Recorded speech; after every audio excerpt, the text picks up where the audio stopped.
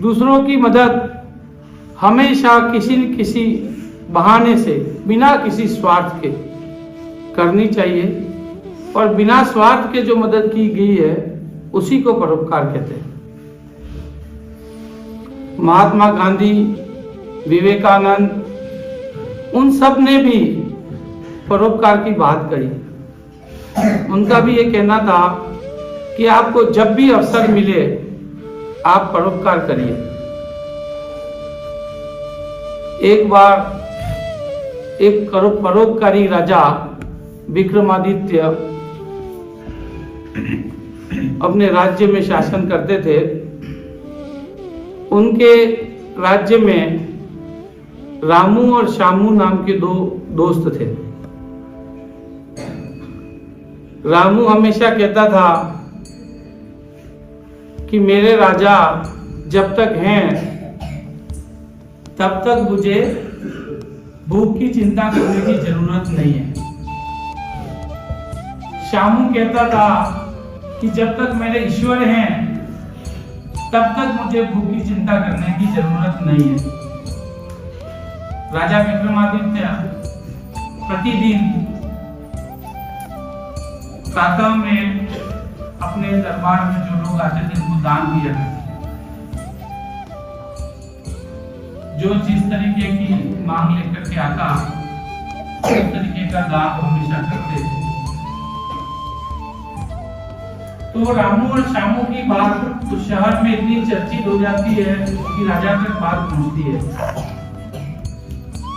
तो राजा को बड़ी खुशी होती है कि मेरा भगत भी कोई ऐसा है जो ये मानता है कि मैं हूं तब तक उसे खाने की चिंता करने की जरूरत नहीं है।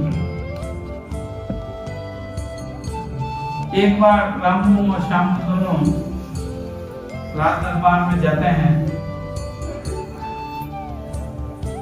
राजा को कहते हैं कि रामू कहता है कि हे राजन, मैं हमेशा कहता हूं कि मेरे राजा विक्रमादित्य जब तक हैं तब तक मुझे भूख की चिंता करने की जरूरत नहीं है। राजा प्रसन्न होते हैं, उसे कद्दू गिफ्ट करते हैं, उसमें से बीज निकाल देते हैं, उसको काट करके उसको कद्दू वापस पैक करके देते हैं। रामू प्रसन्न होकर के कद्दू लेकर के चला जाता है।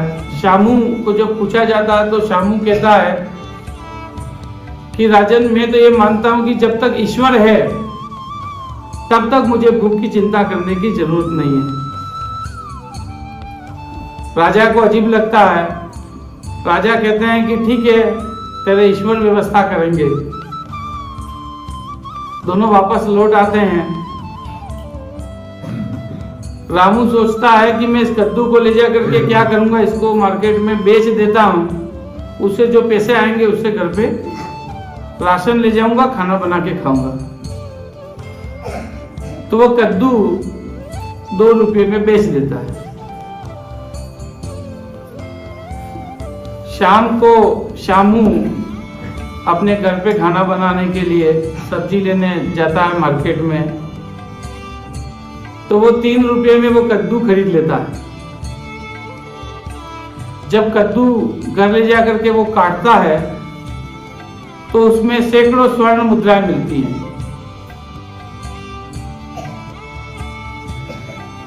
तो श्यामू कहता है कि मैं कहता था कि ईश्वर जब तक है तब तक मुझे किसी की चिंता करने की जरूरत नहीं है। ये बात राजा तक पहुंचती है